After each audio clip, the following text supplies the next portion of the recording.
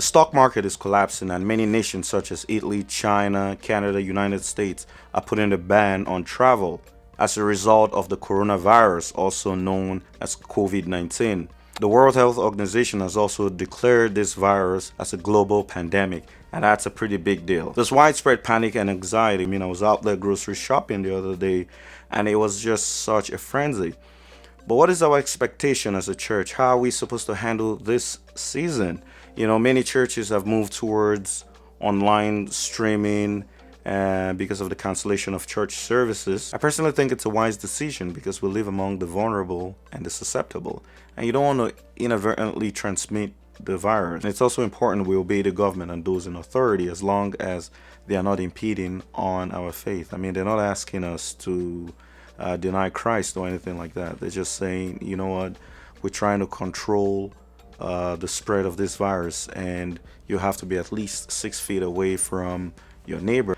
Paul, when he got first converted, he went around church to church preaching the gospel, but then he gained a lot of attention, and the Jews were after his life. And when he heard about it, he literally got lowered down a basket from a city wall, and he escaped for his life. And now you can look at Paul and say, this is a man of faith, this is a man of miracles, but why was he hiding from being killed? And that is what's up. It's about wisdom. You don't have to put yourself in the midst of danger just to prove your faith. You can find something positive. Even in this season, you could pick up your phone, encourage someone. Thank God for technology. We could have Skype calls. You could have Bible studies on the phone. You could eat together as a family. Some of you have buried dreams, and this could be the season where you can revisit that.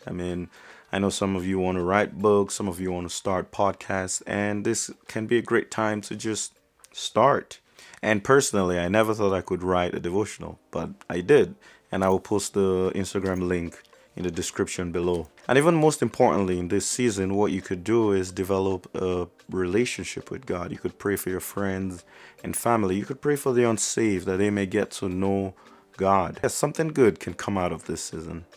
So even though we walk through the valley of the shadow of death in this season, God is with us, and we will not fear any evil. And that's our comfort. God is with us.